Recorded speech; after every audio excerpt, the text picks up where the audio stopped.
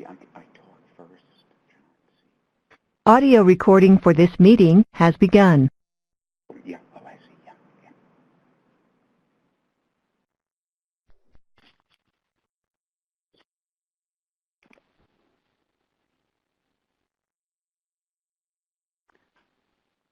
Okay, hi everyone. I know we're still waiting on some folks to join, but a couple of reminders before we get started today.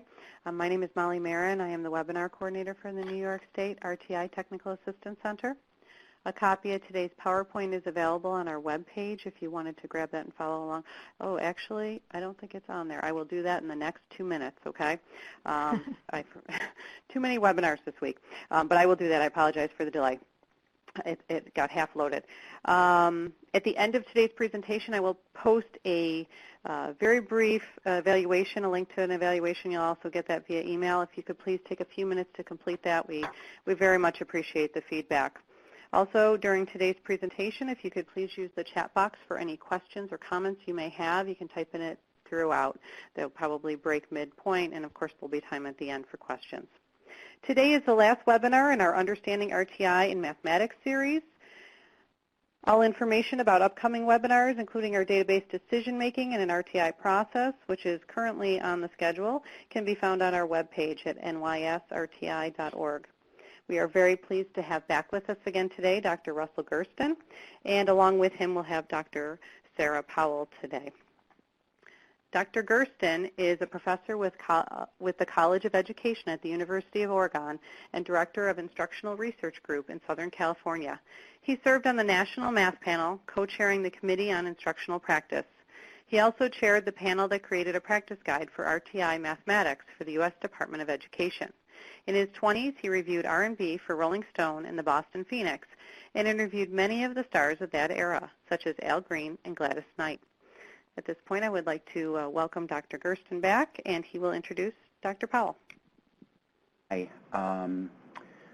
This is the last webinar, and the title is intentionally, as I've mentioned before for those of you on earlier ones, Understanding RTI, because the goal here isn't necessarily to tell you what to do, but to give you some guidance and wherever possible evidence to help you guide making decisions, including using resources intelligently and collecting data that will be used. And that's one of the themes we stressed in screening, and we're going to come back to it today.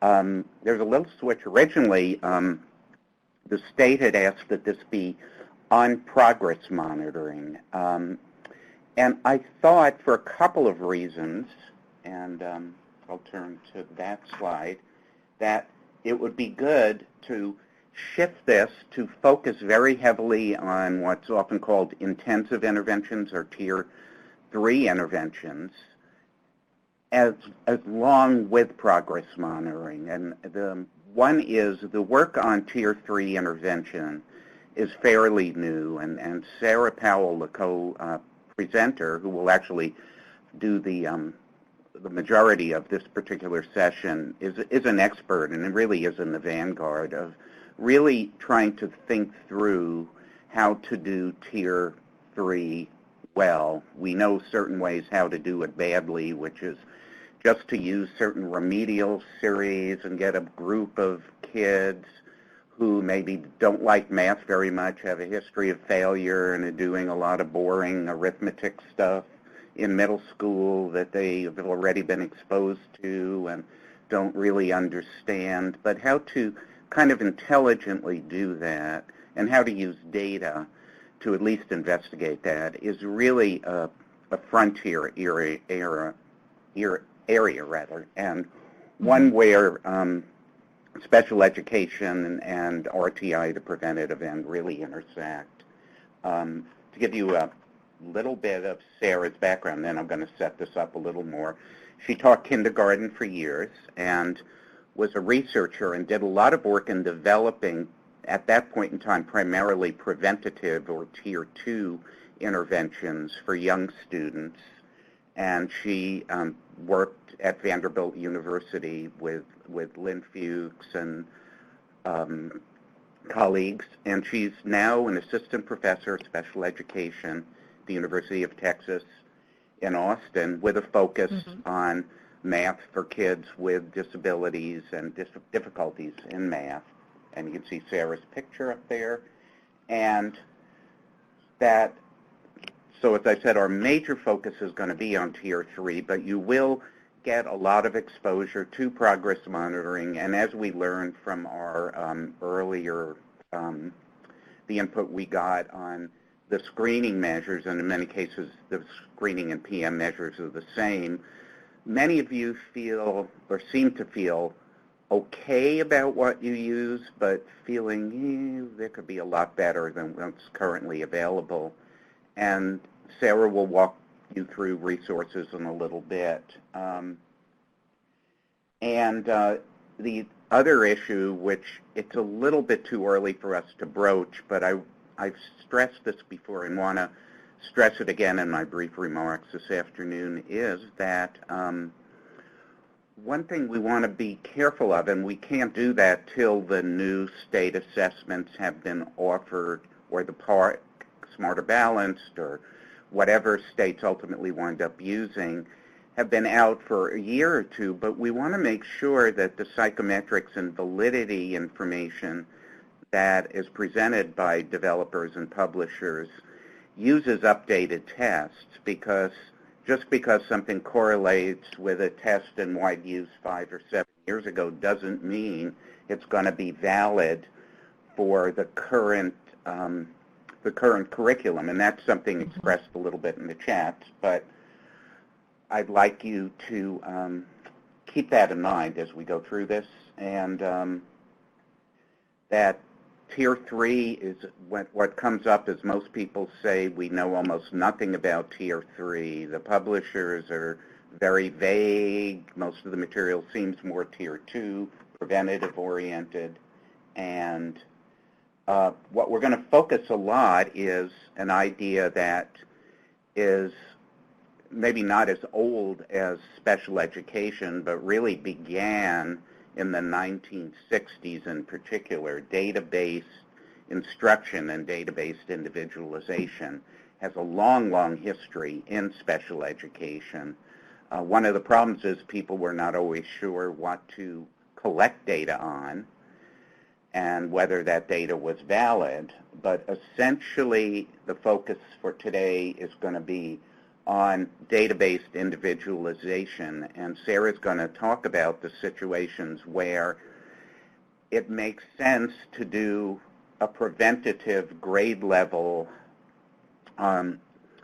intervention where it's more or less one size fits all, possibly with some care going to grouping of students so that they can move at about the same pace. And when you really want to provide the level of intensive individualization that is necessary for some students, the students who typically don't thrive, not only with Tier 1, but with typical instruction.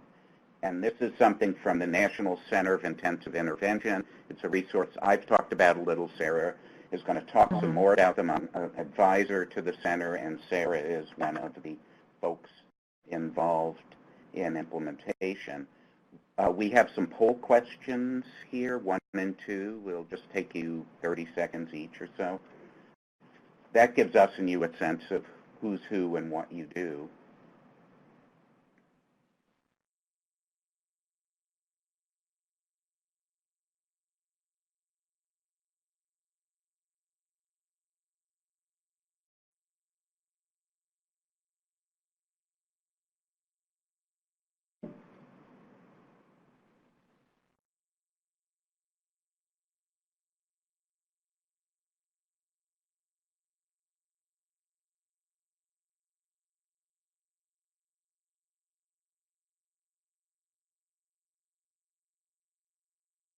And I think we're pretty much all done. As usual, we have a spread cutting across the board from math specialists and coaches to RTI coordinators.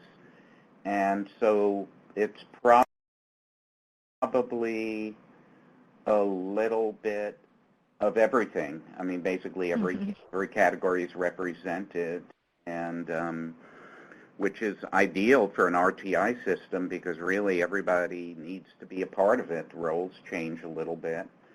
And what we see here is pretty typical, I think, around the country in math, unlike in reading, where over half of you feel you know something about RTI and math, but have a lot more to learn. One thing, there's been a lot less research on intervention and RTI and math. That's been less true for measurement and progress monitoring, but in terms of instruction and how all the pieces fit together in math, it's just there's much less research and much less evidence, though that's rapidly changing. There's been real advances in the last 5 years, which I've tried to share with you and which Sarah will in a second. This is, so we can ditch the polls now. This is a resource that I keep pushing. It's totally free. I chaired the group that came out with this 6-7 years ago. It really tries to put together a whole picture of the pieces of RTI and give you a sense of where there's strong evidence and where there's moderate evidence or where there's minimal or no evidence. And here you can quickly see the areas I think there's going to be no shockers as to the areas where there's evidence in. And what we try to do in the guide is give you practical examples of how an RTI system can be set up. With this caveat, we use what research and knowledge was available then, so we did not spend much time on intensive or tier 3 because 7 years ago it was not an organized body of knowledge. What we said about progress monitoring then, and this will be my last slide and I'll turn things over to Sarah, is that the level of evidence was low, and invariably people are a little bit shocked or surprised by that because usually the first thing people talk about in RTI is universal screening and progress monitoring. And the main reason we did this, and this is a little bit of a review of what I shared a couple of weeks ago, but probably worth repeating, in most interventions, and most preventative interventions, be they tier 2 or tier 3, the main assessments done were daily, were at the end of each lesson or occasionally at the end of the week. There were little mastery probes, sometimes there were review items, but basically the age-old practice in small group instruction to see did the group learn or seem to understand the material they were covering today or the last few days. And if there was evidence that, in a group of 3 or 5, they weren't learning that you need to spend some more time on it than the next lesson. In no case of a study with proven effects to raise achievement was there the kind of progress monitoring you're accustomed to from Easy CBM or Ames Web or the numerous other systems. In some cases, it was done, but the interventionists never saw it. It was sent to the university and used for further analyses of growth trends, etc. So that was the main reason we said we have no proof, we have no causal evidence for this. The other thing is the psychometrics for the math measures were okay, and there's a very good article for those of you who really like measurement, perhaps some of the school psychologists, by Ann Fagan and Stan Dino and their colleague, Dr. Juban, that really showed that the psychometrics for math measures, with the exception of those for very young kids, K and 1, usually are not nearly as good as in reading. Another thing that began to emerge around 6-7 years ago is that to get a stable slope, which we know from the definition responsiveness to intervention, typically relies on establishing a slope so you can determine whether the student is growing or whether this growth is basically flat, or hopefully it's not negative, but it takes 12 data points, which is massive to do in a full RTI system, where you might have perhaps a third of your students or a quarter of your students receiving some kind of intervention. So those were all limitations to the evidence. The reason we put progress monitoring in there is, first of all, it was a panel, and there were some people who this was definitely their belief and what they were trained in and what they taught. But most importantly, it seemed that, and I pushed this position, that one advantage of monitoring progress for your kids in the at-risk category is you get a picture of how all the pieces are fitting together. In some kids, it might be Tier 1 and Tier 2, which, as we know, sometimes can be nicely aligned, very often go their own way, and many kids spend a good deal of time in their core classroom math instruction. And you want to know, is the intervention helping them benefit from that time at all? And also some kids may spend time in their regular class, do the Tier 2 intervention, and then using some of the methods Sarah will show you in a few seconds, be engaged in Tier 3. But how is this whole package fitting? And that's where progress monitoring can be great to do. So this would be for intervention kids, especially those that you're troubled. It could also be occasionally looking grade-wise or school-wise even to just see, is this program making sense for these at-risk second graders or fourth graders? Or is the intervention so misaligned with what's going on in the classroom, where they're spending more and more time on fractions, and their intervention is spending a lot of time on multi-digit operations, and there's no synergy there. It's not working for kids. And the other point I want to make was borderline students. What we find is that most screening measures lead to a lot of false positives. A lot of kids get Tier 2 intervention who would do fine without it. So for those students who are very close to the cut point, and probably either way, you may want to monitor how they are doing in Tier 1 rather than putting all these resources into K1 and 2 math interventions, to use your resources a little more shrewdly. And then if the kid isn't gaining from Tier 1 instruction, you know there's a problem, so 6 weeks in or something, you can do some further assessment or move that child into a group. And so that is basically the prelude and setting the stage, and I'm now going to turn things over to Sarah, and I'll be involved in the Q&A, and if questions come up towards the middle, we'll have one in the middle. If not, we'll do that on the hour. So thank you. All right. Good afternoon, everyone.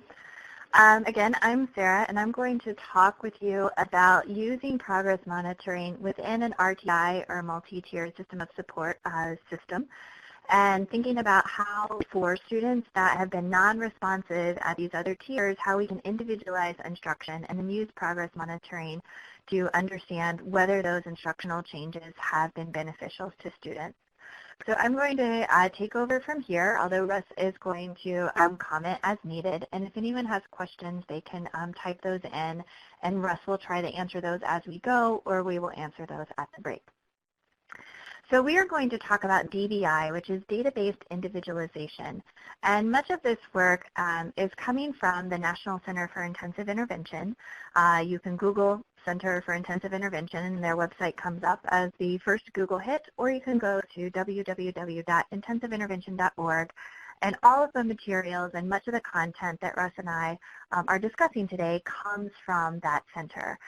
They are working specifically right now in 4 different states, Rhode Island, Minnesota, Missouri, and Michigan, but they're also trying to reach out their programming for RTI to other states across the United States, and all of their information is available online.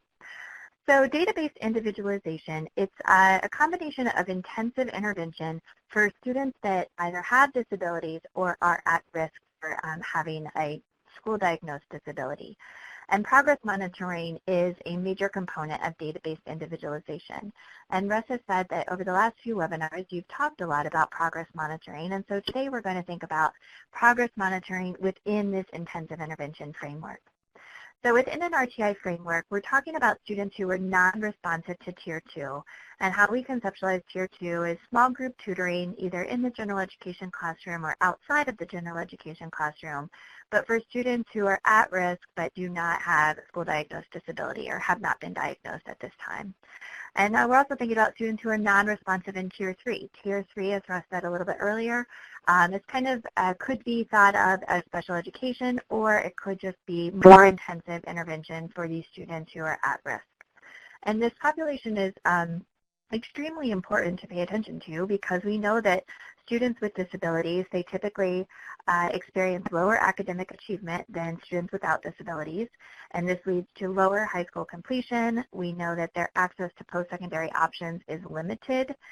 Their employment opportunities also become limited compared to peers without disabilities, and we know that students with disabilities have more involvement in the criminal justice system. So we've got to think about things that we can do in school at the elementary and secondary levels so that some of these things are lessened for students with disabilities later on. So the diagram here on the right-hand side, and I will try to point here, this is really talking about the database individualization process. So we assume that students are in a Tier 2 program, so they're receiving small group instruction. We're going to talk about mathematics today. And teachers are progress monitoring to see whether students are responsive or non-responsive to that Tier 2 instruction. And for those non-responsive students, these are the students that we are most concerned about. We're going to do a diagnostic to figure out where these students, what their strengths are, what their weaknesses are, and where these students need the most work. We're going to adapt the intervention, which I'm going to talk about ways to do that pretty easily today. And then we're going to continue to progress monitor, and I'm sure that Russ has emphasized this over the last few webinars, that progress monitoring is continual for these at-risk or students with disabilities, because we really need to understand whether they're responding to instruction or whether they're not responding. And if they're not responding, we can quickly make instructional changes for these students so that we're not just letting them go through a program and if the program is not working for them. So this diagram over here is on the intensive intervention site, but it's also what we're going to talk through today. And database individualization is to address students that have severe and persistent learning difficulties. These are typically students that are several grade levels below mathematics performance where we would expect them to be. And as emphasized by the last two bullet points, database individualization is driven by progress monitoring data, and we're going to increase the intensity for students so that they can get the most out of the, I think I did something there. Okay, yeah. Okay. So Molly, I just clicked off of the PowerPoint. I don't know what happened to it. Oh, okay, there we go. All right, so before we get started, because progress monitoring is such an important component, I'd like to ask you to answer the questions for poll 3 about what is your current satisfaction with your progress monitoring system. Are you very satisfied, indifferent, or not satisfied? So I'd like to get a little bit of an idea of where you are all right now. Whoa, okay, lots of people not satisfied.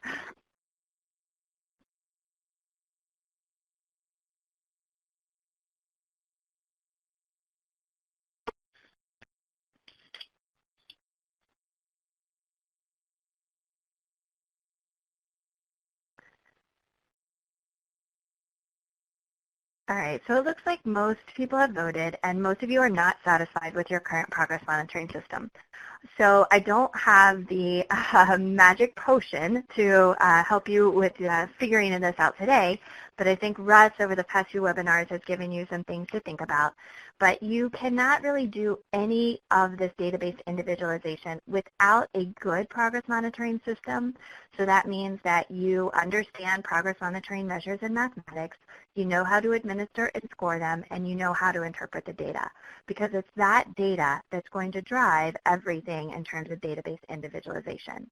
Now I'm going to go over the basics of database individualization for the next few minutes, and then we will talk about some progress monitoring measures that are out there and also a way that you can assess progress monitoring measures and perhaps find a good fit for you, the students in your classroom, the students in your school, and the students in your district. So I'm sorry that so many people are disappointed with their current progress monitoring system, but it is very important to get a good system in place so that all of these other things can fall into place there. All right, so let's talk a little bit about database individualization. So DBI is a systematic method for taking data and figuring out when we need to make instructional changes and whether those instructional changes have been beneficial for students or not beneficial. And so a lot of this comes from work in special education that has been done over the last 30 years. And the one thing that's to emphasize here, I'll click forward here. Molly, thank you for getting that loaded up, is that DBI is not, here we go, okay. DBI is not a program that you can actually purchase. It's not a single strategy that you use, but it's more a process for helping teachers and school administrators think through how can we really intensify intervention for a student where what we're doing currently is not enough for the student. And it isn't a one-time fix. You just don't do intensive intervention DBI one time. It's one of those things. It's a continual part of the RTI process. So when I talk about this within an RTI framework, I may use the term Tier 3. You can think about it as Tier 3 instruction, special education instruction, or just very intensive instruction for students who have been deemed non-responsive at the general education level, Tier 1, or at the small group level, which is Tier 2. So these students that need the DBI and the intensive intervention, these are students who are at risk or have a disability and they're not making adequate progress. And we're looking at students that have very low math performance. So perhaps a 6th grader performing mathematics at a 2nd grade level, or maybe even a 1st grader that is still working with very, very early numeracy skills. So these are students that have participated in general mathematics instruction that has shown not adequate enough. They've participated in small group intensified instruction. That's not enough. And so we need to do something different for these students. And every time that decision is made that this is not enough for these students, that decision has been made based on progress monitoring data.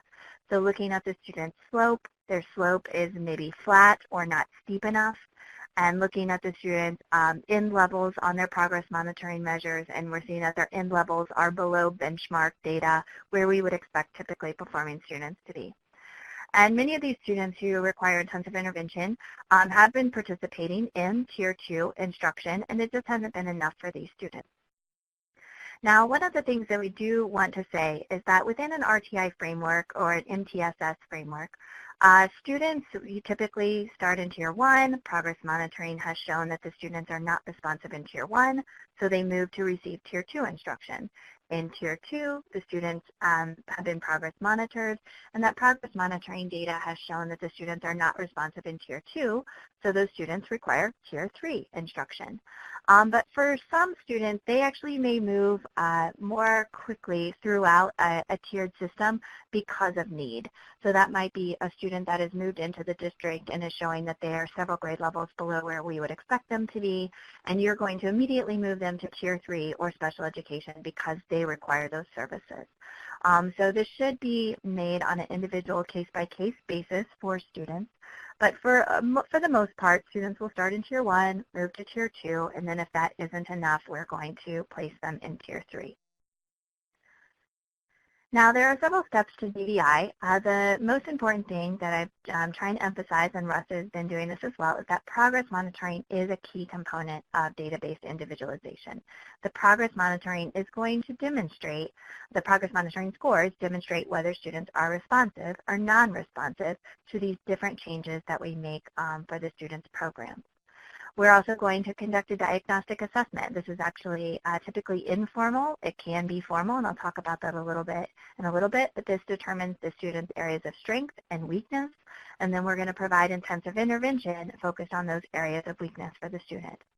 We're going to adapt and adjust the student's instructional program, and then we're going to make both qualitative changes and quantitative changes.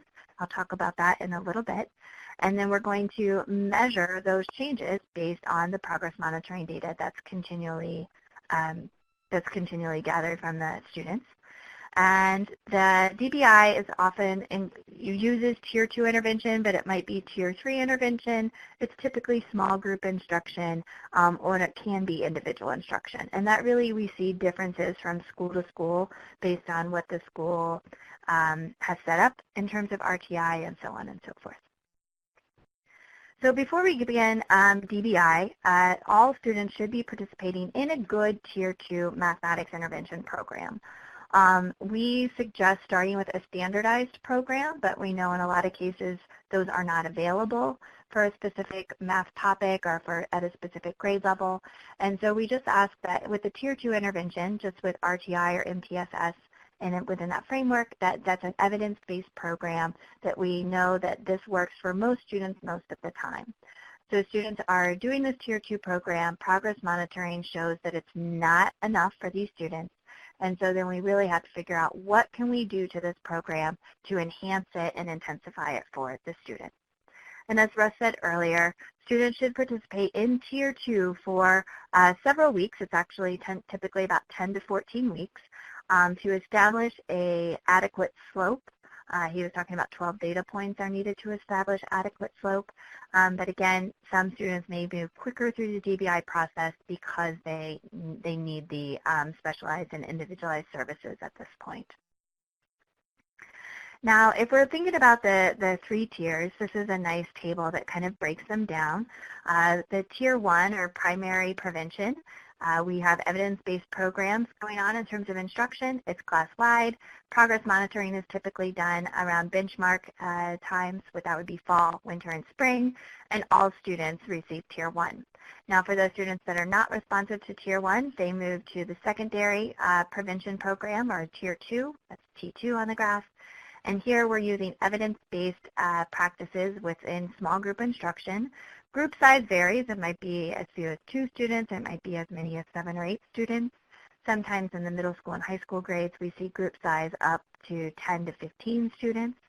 And here the progress monitoring takes place at least once per month, but the actual recommendation is at least every other week or every week. The more data you can gather on these students to really understand the changes that are taking place from week to week, that's going to enhance the decision-making process for teachers. And the population that is in secondary prevention are at-risk students. And then we finally get to intensive intervention, or Tier 3. And this is going to be individualized based on student data. And just because it's individualized based on student data doesn't mean that all students are receiving individual instruction. Group size might be anywhere from 1 to 3 students. Many times we can group students into homogeneous groups and service several students at a time who all require intensive intervention on several math skills. Here you have to progress monitor weekly, and so this goes back to that question about, are you pleased with your progress monitoring program? And if the answer is no, that means there are some red flags that are popping up for you. So we need to think about progress monitoring program that you can use, that you find palatable and helpful, because we are going to use that progress monitoring data gathered weekly to understand whether the intensive intervention is helping the students or whether we need to make a change. And again, students who are in intensive intervention are the students that are at risk for disability or have a disability, students who are typically performing several grade levels below in terms of mathematics performance. So if we go to the next slide here, questions about the secondary intervention. So we are going to take this secondary intervention, which is what the teachers are doing at Tier 2, and we're going to intensify it. So many times with intensive intervention, we're not asking teachers to completely scrap what they've been doing and start all over. We're actually going to say, okay, if you have an evidence-based program running at Tier 2, then we're going to tweak that program, maybe some minor tweaks, maybe some major tweaks, and those tweaks are going to be individualized for the student's needs. So the thing you have to ask yourself is, Is the program that you're using, is it meeting the student's needs? And if it's a match for what the student needs in terms of mathematics instruction, then you're going to keep using that Tier 2 program. So for example, if a student needs a lot of work covering fractions and you are working within a evidence-based fractions program, then you're going to keep that program and intensify it based on the individual student. Now, if you realize that the student has a lot of gaps in their fraction knowledge and you're not using a secondary prevention program focused on fractions, then you want to choose a secondary program that does have a heavy fraction focus so that that's appropriate for the student's needs. Now, other questions you need to ask yourself is, have you been covering key components of the program?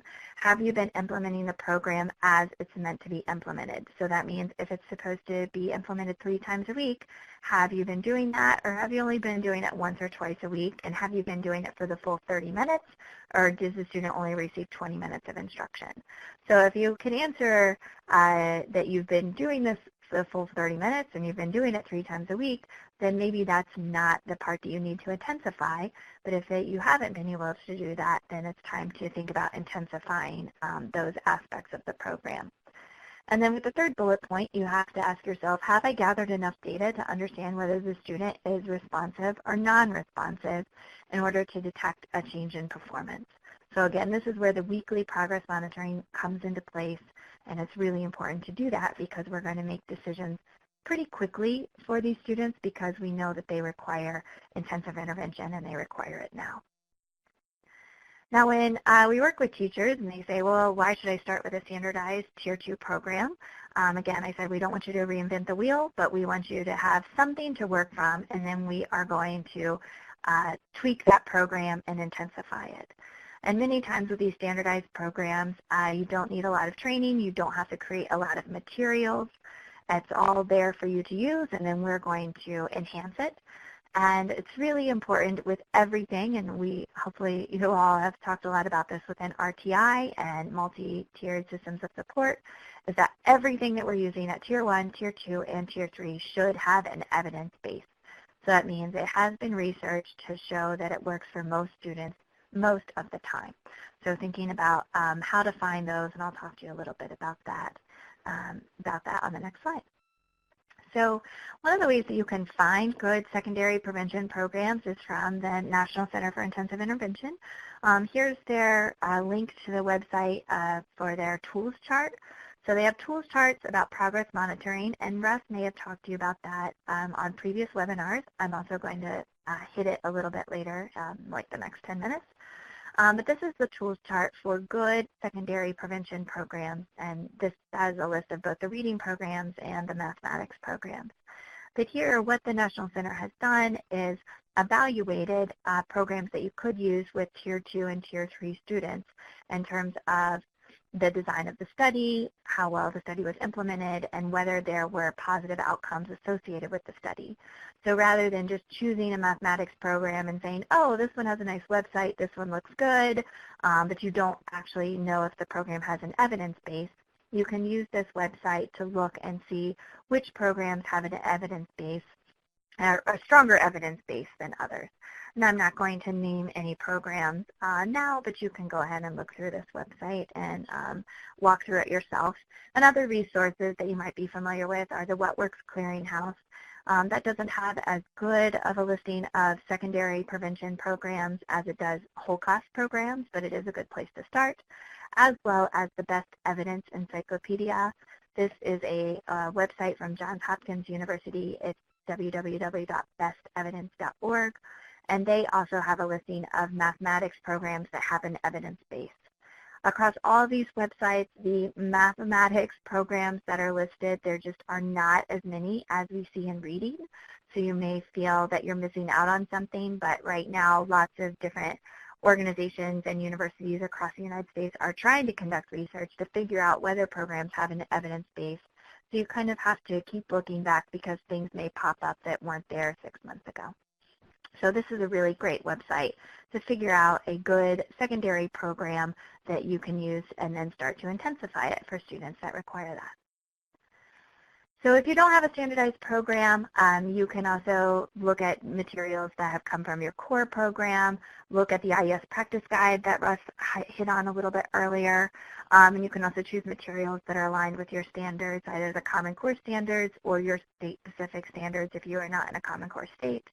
And or figure out where your students typically benefit, or what programs your students in your school typically benefit from the most, and start with those programs, and then you're going to tweak them and intensify them. All right. So thinking about how to intensify intervention, we have 4 suggestions that we've been working with. The first 2 are, the circles on the left are a little bit easier to do. The second 2 are numbers 3 and 4. Those are the 2 circles on the right-hand side. Those are going to be a little bit more time-consuming. But all of these might be ways to intensify instruction for the students that you are working with. One student might only require a change of dosage or time.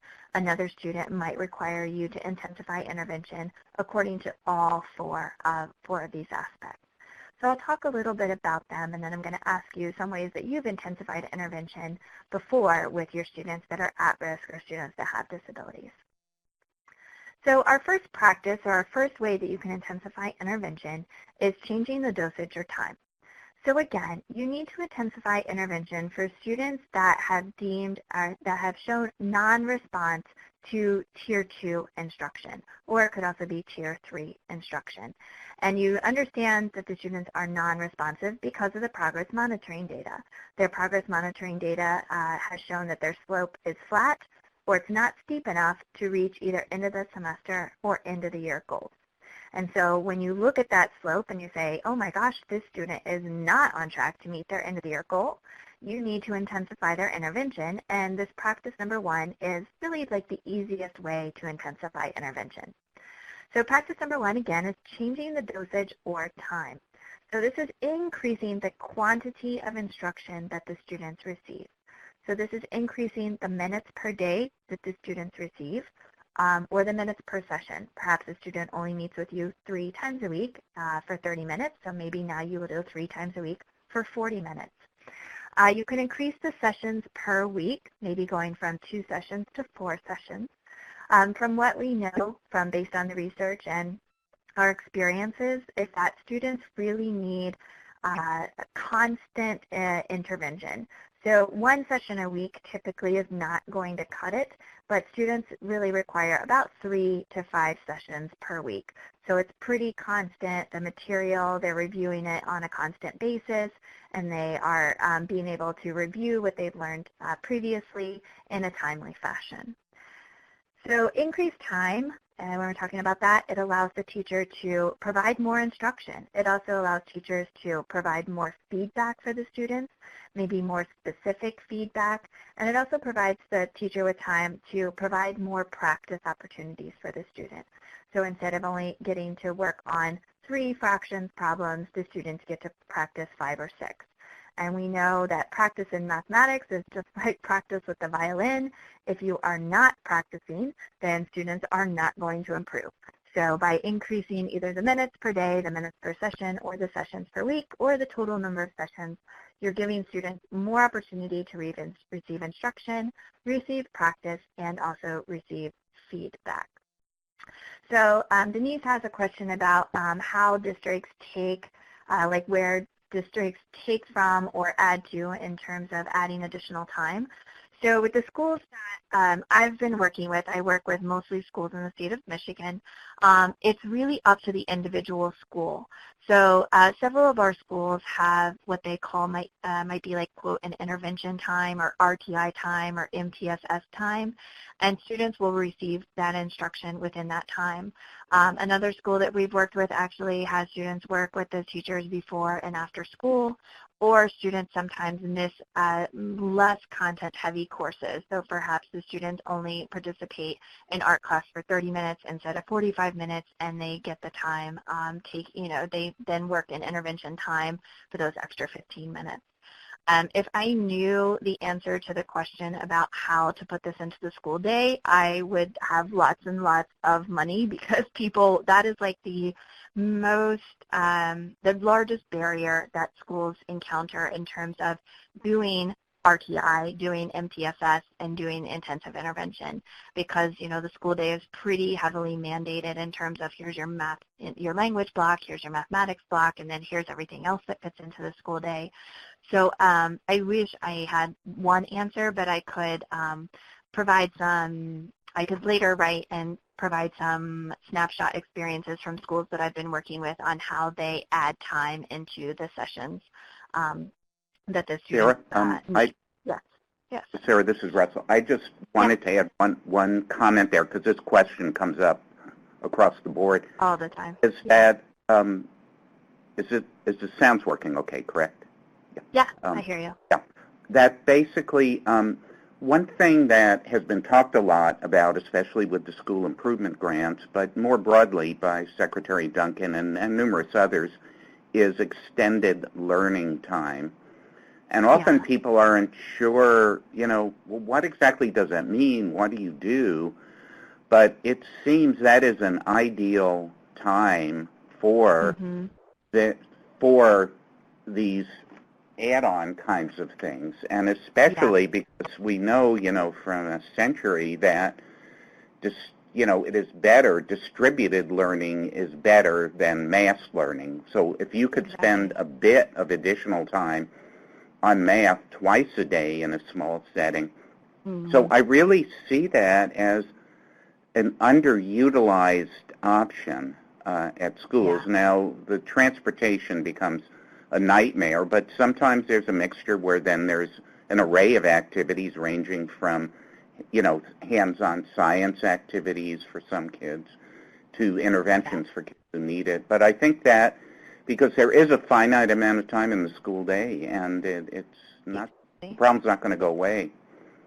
Yeah, and another, that's a great comment, Russ. And another thing that we have noticed a lot in terms of doing classroom observations of Tier 2 and Tier 3 instruction is that there is a lot of wasted time that teachers have during their, quote, 30-minute block.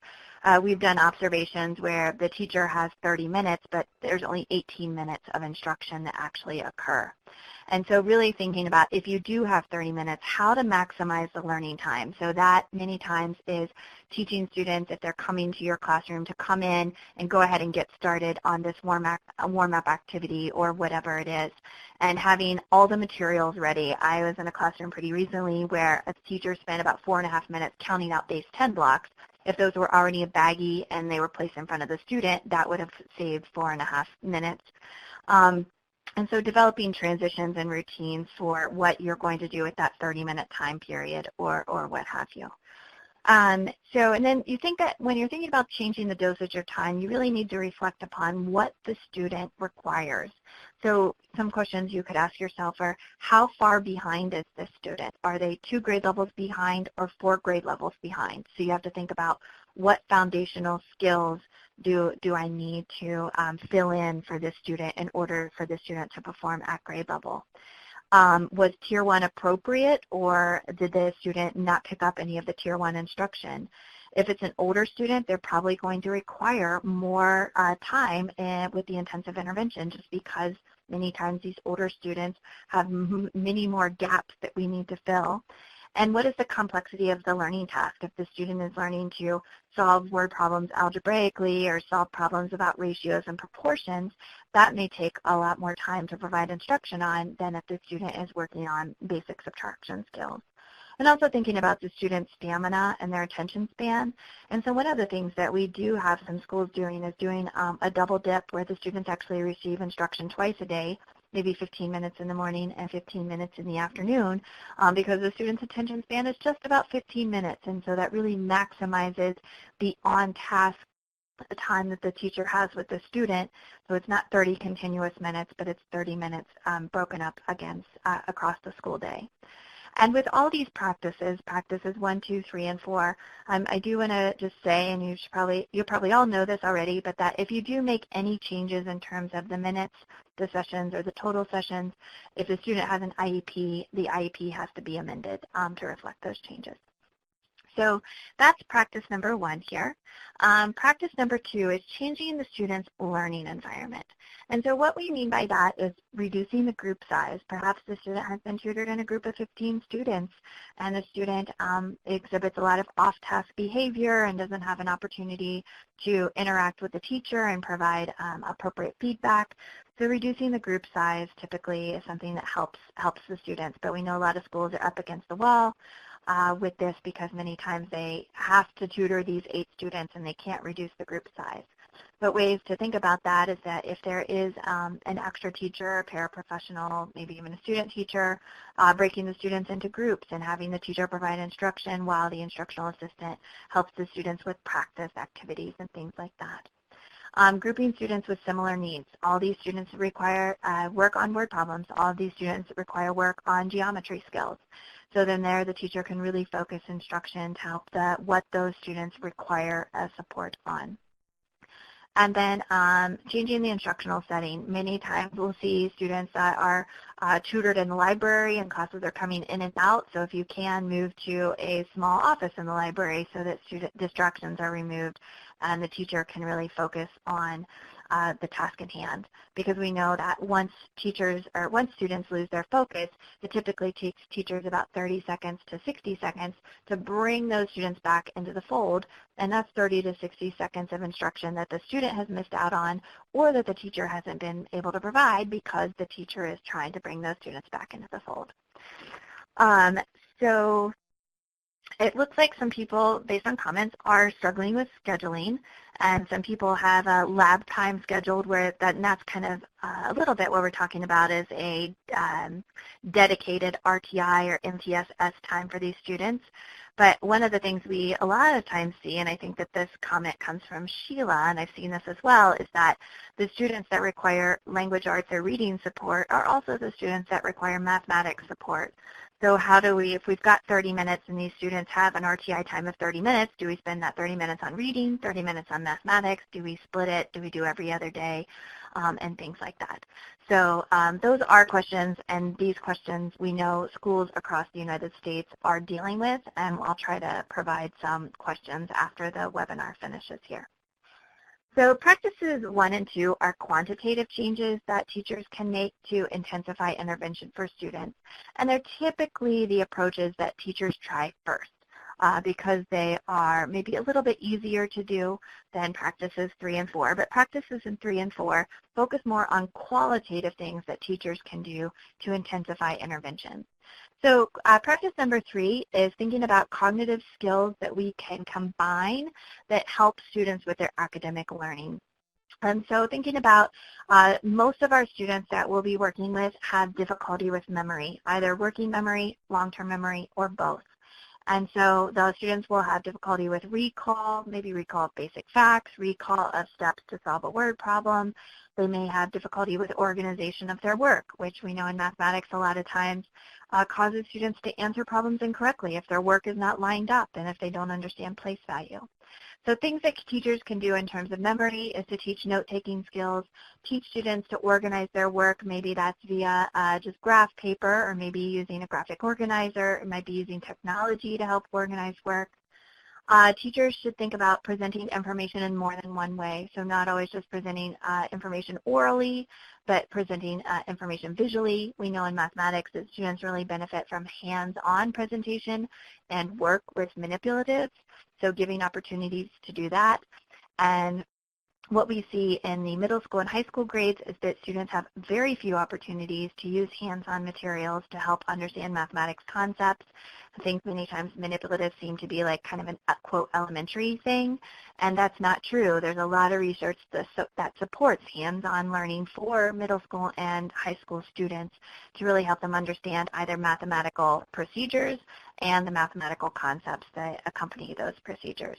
So thinking about presenting information in more than one way helps students think about, be able to commit these things to long-term memory with meaning. Teachers should also teach routine, use mnemonics, teach algorithms, teach step-by-step processes, and help students remember these by maybe having checklists, using graphic organizers, and using mnemonics and those types of things. So really helping students increase their capacity for memorization of mathematics concepts and procedures. Other things, students' attribution. We need to work on how students feel about mathematics. Actually, the attribution research shows that as students increase their mathematics performance, their attribution increases. But teachers can help this by helping students plan and set goals, monitoring their goals. This is where progress monitoring can be used. Students can take a progress monitoring assessment and then do their own graphing and then set a goal. Next week, I want to be at this place, or in 3 weeks, I want to be here. And that goal setting aspect typically has very positive implications for students. And then also students help paying attention to the task at hand. So that might be thinking about a little timer that goes off every 60 seconds. Is the student on task? But it also might having the student understanding how a mnemonic works and a think aloud and working through steps to solve different types of problems. So thinking about these cognitive skills that we can tie in to the mathematics instruction that's occurring, and these are ways to intensify the instruction for students. And then practice number 4 is modifying the delivery of instruction. And this, there's lots of different ways that we can do this. Number 1 is considering the instructional match and prioritizing the skills to teach. What we know for students that are at risk and students with disabilities is typically they require about 10 to 30 times more practice on a skill than a typically performing student. And so we really need to figure out where the students' weaknesses are and how can we prioritize and provide instruction on those weaknesses so that they're not weaknesses any longer, and then we can start to improve other math skills. But mathematics is very linear. So if students are struggling with understanding addition and subtraction, they're probably going to struggle with multiplication and division. And if they struggle with whole numbers, they're probably going to struggle with rational numbers. So you may have to go back a few grade levels and start to fill in those gaps and those foundational skills. So really prioritize what do students need to know so that I can get them to this point or to meet this goal. I'm providing systematic instruction, so that's prioritizing and chunking instruction, so that when you do systematic instruction, providing explicit instruction. So this is telling the students what they're going to work on, assessing background knowledge, doing teacher modeling. So this is the I do, we do, you do. You sometimes see in general education that this is not exactly the approach that everyone takes, but the research from special education supports this. Over the last 30 years, that teacher modeling, teacher practice with the students, and then the students practice with teacher feedback, that's a very good approach to providing instruction for students that are at risk and students with disabilities. Really thinking about the language that you're using and making it simple and precise. And as it comes to mathematics, really thinking about the vocabulary that you're using. What does it mean to regroup? How can you show that to students, perhaps with manipulatives or technology, and really making sure that the language that you are using is as simplified as possible so that students can understand what's going on. And then providing frequent opportunities for responses. I recently read something that students should respond in some manner about every 30 to 60 seconds or else they start to tune out. So that might be asking for a low-level response. For example, 3 plus 4, what's the answer, everyone? Okay, the answer is 7.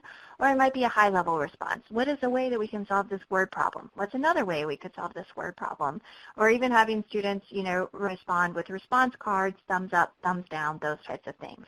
But these opportunities that you embed within the instruction for student response really allow the teacher to understand whether students are on track or not on track. And then teachers need to provide specific feedback. We don't see that this is done as much as it is. That feedback should be tied to the student's actions and the student's goals. You always need to explain why something is incorrect, model a correct response, and then have students practice that back. I was in a classroom the other day where the teacher asked, what's 8 times 8? The student said 50, and then the teacher just asked for another student's response. And so for that student that said 50, they have no way of understanding what their mistake was, or no way of thinking, like, how can I correct myself if I make a mistake?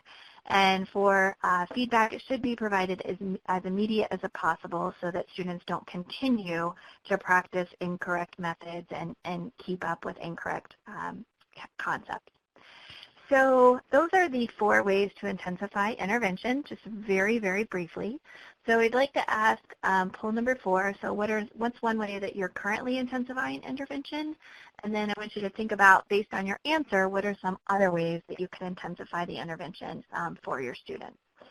So it looks like we've got some people that are doing a lot of quantitative changes, so dosage, time, environment.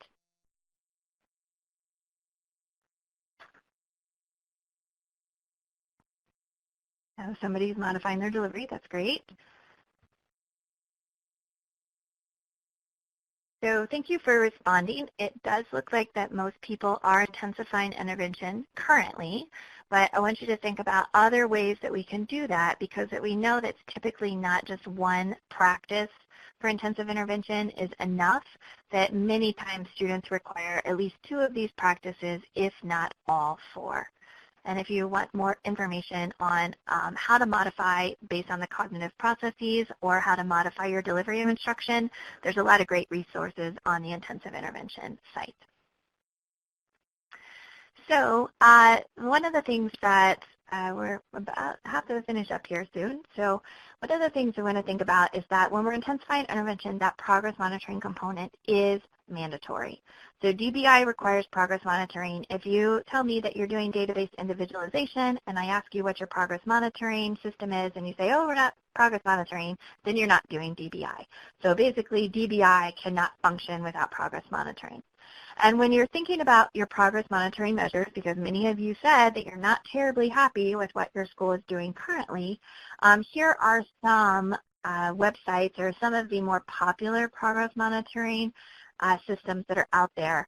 And what you need to really think about is that the measures are reliable. So that means that if you are administering multiple probes, that you're going to get very similar scores from one administration to the next, because if you don't have reliable measures, then you can't have an adequate slope to understand whether the student's responding or not responding. And you have to check whether the measures are valid. So are they testing what they're actually supposed to test? So on these next few slides, I have a few things to look for. So is the content linked to the Common Core or whatever standards you are working from in your state?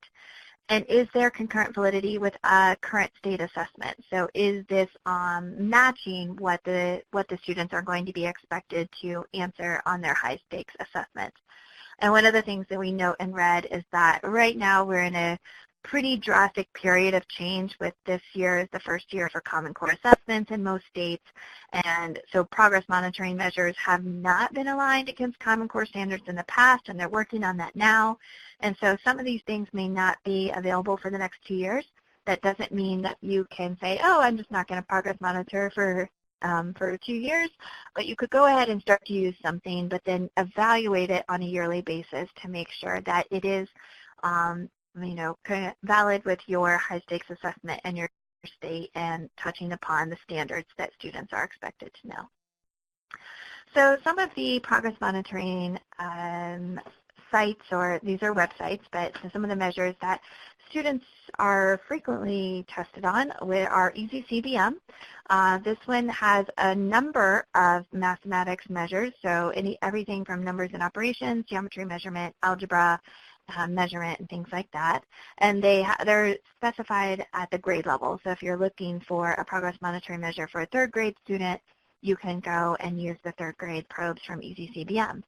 Now, EasyCBM is nice because down here on the bottom left-hand side, it says Demo Account, and you can just click on there. And they actually have most of their progress monitoring measures available to download for free, at least the first 9 or 10 at each grade level. But if you want to use their scoring program, you have to pay for that. But there is access to the measures themselves, and so that's one of the things. We have a lot of teachers that use EasyCBM for that reason. If you are interested in assessing students at the late middle school and into high school, level, you can use the stuff that comes from Iowa State. This is Ann Fagan and her research team. It's called AIMS, and they have a bunch of pre-algebra and algebra progress monitoring measures. They assess very basic skills, have students solving for X and Y, and they actually have measures that go all the way to functions, quadratic equations, and so on and so forth. Other site that you'll see on the Intensive Intervention website is MClass. They have early numeracy measures starting with counting a missing number, and then they have everything up to through 8th grade, I believe, with concept and applications problems and computation problems. And then if you are wanting to know which progress monitoring measures have been evaluated by the Intensive Intervention site, you can go to their tools chart. This is a snapshot of it. But you can just go to Intensive Intervention and click on Tools Charts up there at the top, and you can go to the Progress Monitoring. These are general outcome measures. But you can see that there's different measures that have been evaluated in terms of their reliability and validity, and especially their use for gathering good slope data for these students. So I think we are about done on time. The next few slides have just a case study of a student named Jason as he works through mathematics with his teacher. He's a 5th grade student performing at pretty much a 3rd grade level, and the ways that his teacher intensifies intervention for him. But you're welcome to go through those slides on your own. There's nothing that is without explanation on the slide. But the one thing I do want to show, I'll just skip ahead a few things here because we do want to answer some questions from participants, is that with Jason, his teacher is using EasyCBM. This is an example of the EasyCBM measure that the teacher is using. And you can see this EasyCBM measure has a huge focus on fractions. And Jason needs work on fractions, and his teacher is using a fractions secondary prevention program. So it's testing what Jason needs work on, and this also aligns with Common Core standards. But Jason, all the decision-making for Jason based on his intensive intervention is based on his progress monitoring graph. So Jason's baseline is the first 3 data points. His initial instruction shows that he is not on target to meet his end-of-semester goal. So the teacher makes an instructional change here. She actually provides more time for Jason to work within the intervention, and she also adds a fluency component to the program. And so with that, we see the instructional change just after 4 data points that Jason is not on target to meet or even get up close to his end-of-the-year goal. And so rather than just letting Jason flounder down here for weeks 15, 16, and 17, the teacher makes another instructional change. So she conducts a strengths and weaknesses assessment and understands that Jason needs a lot more work on his basic facts and more explicit instruction on fractions. So she provides that for him, and then we see another instructional change as noted after the green line, and there you can see that Jason is starting to see an upward trend, but we might actually need an intensive intervention change again for him. But this intensive intervention is responding to the student's needs very quickly and efficiently to make the changes that are going to help these students the most. So I'm going to finish there so that we can answer some questions. I'll let Russ come on, and we will go ahead and start with, I think, Valerie's question, and Russ is going to take that away. Yeah, I think we won't be able to get to all of these, but as is usual here, some of you answer or respond to each other's questions, and the chat is fascinating to look at. Rather than deal with the time issues, because they're severe, and there's only so much Sarah and I can do. I think these are systemic issues, and as folks point out, the 2 classic problems are there are quite a few kids who need help in reading and in math. Yeah. So that's a huge issue, and the other is there's some kids where it's okay to miss art and music. For others, that's the highlight of their day, and the last thing you want to do is take away the 1 or 2 or 3 things during the day, be it art, math, science, or whatever, or to me, art, music, science, that they love. I don't know that we can answer those. The ones about the Common Core standards and how they fit our kids who are in these intensive interventions in Tier 2. I think the discussion was a very good one, and what it was is the Common Core asked kids to be able to show a multiplication in 4 different ways, I believe, was the way Valerie framed it. And what can we do? And I disagree a bit with the response that we should expose that student to all 4 ways and stop there.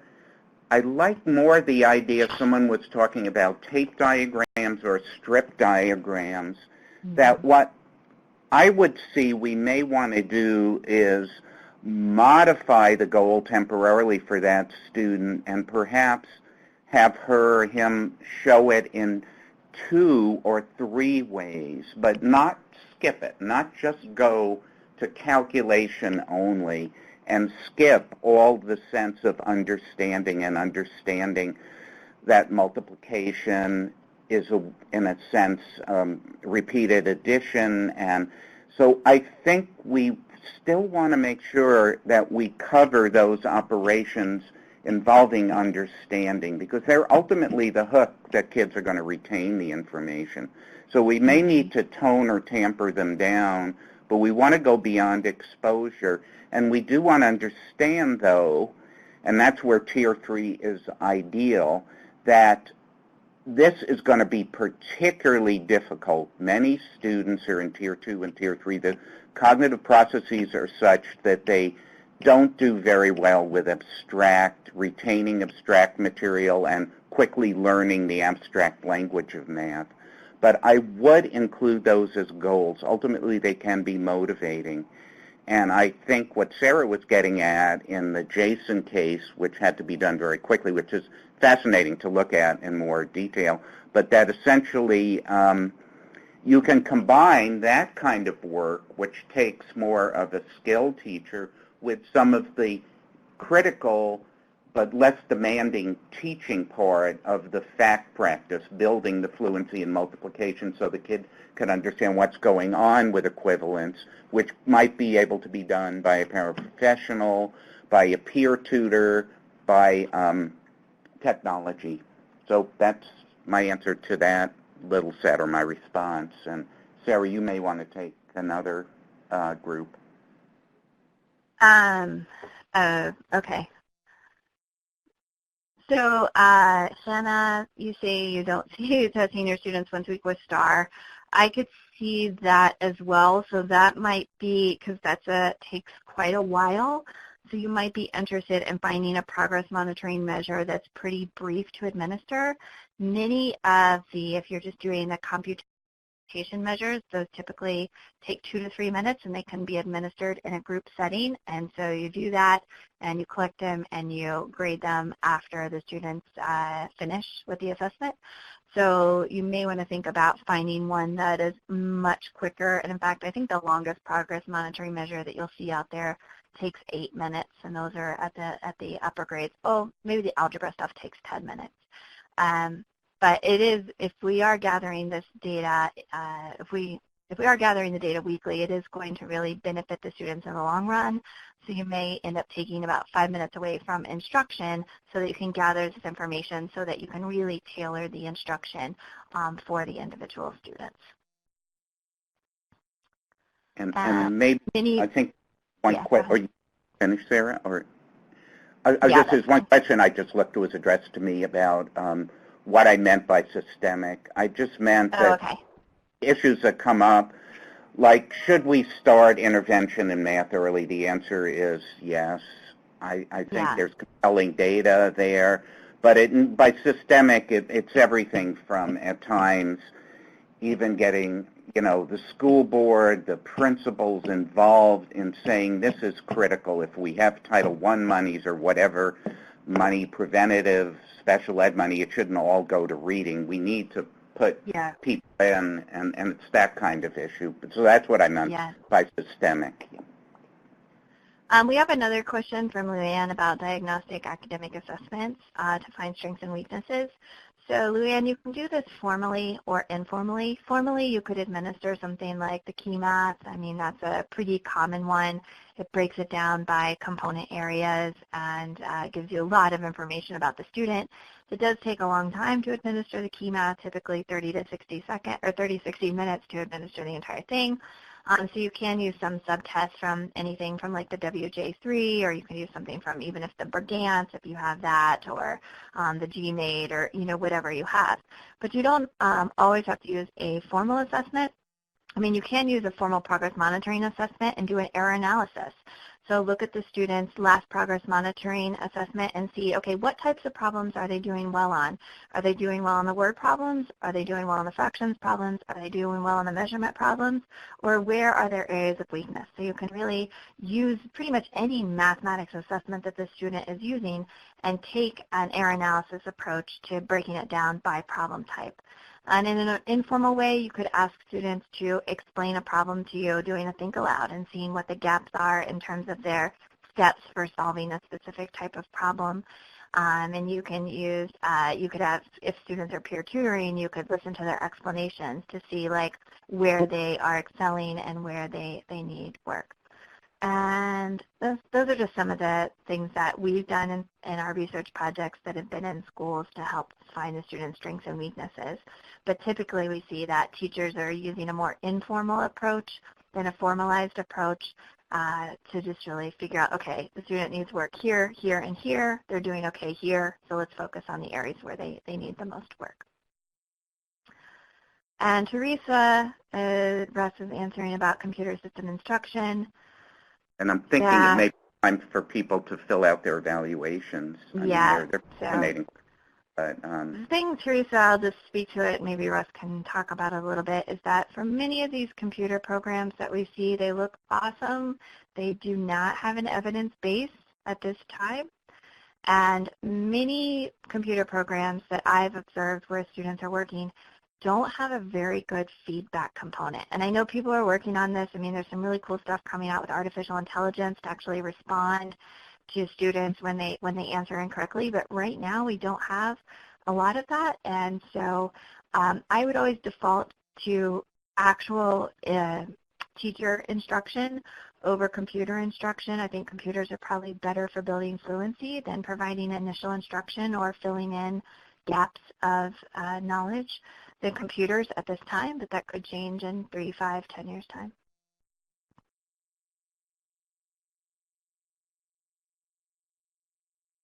Probably because we're going to sign off now, I think. Thank you very, very much. Questions, Thank you very please? much. Yes. And if you have any questions or comments, I put my email address on the last slide, so you're welcome to email me if you want more resources or if you want any questions answered.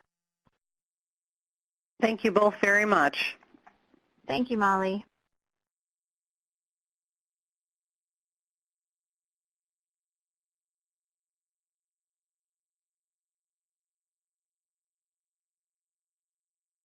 Audio recording for this meeting has ended.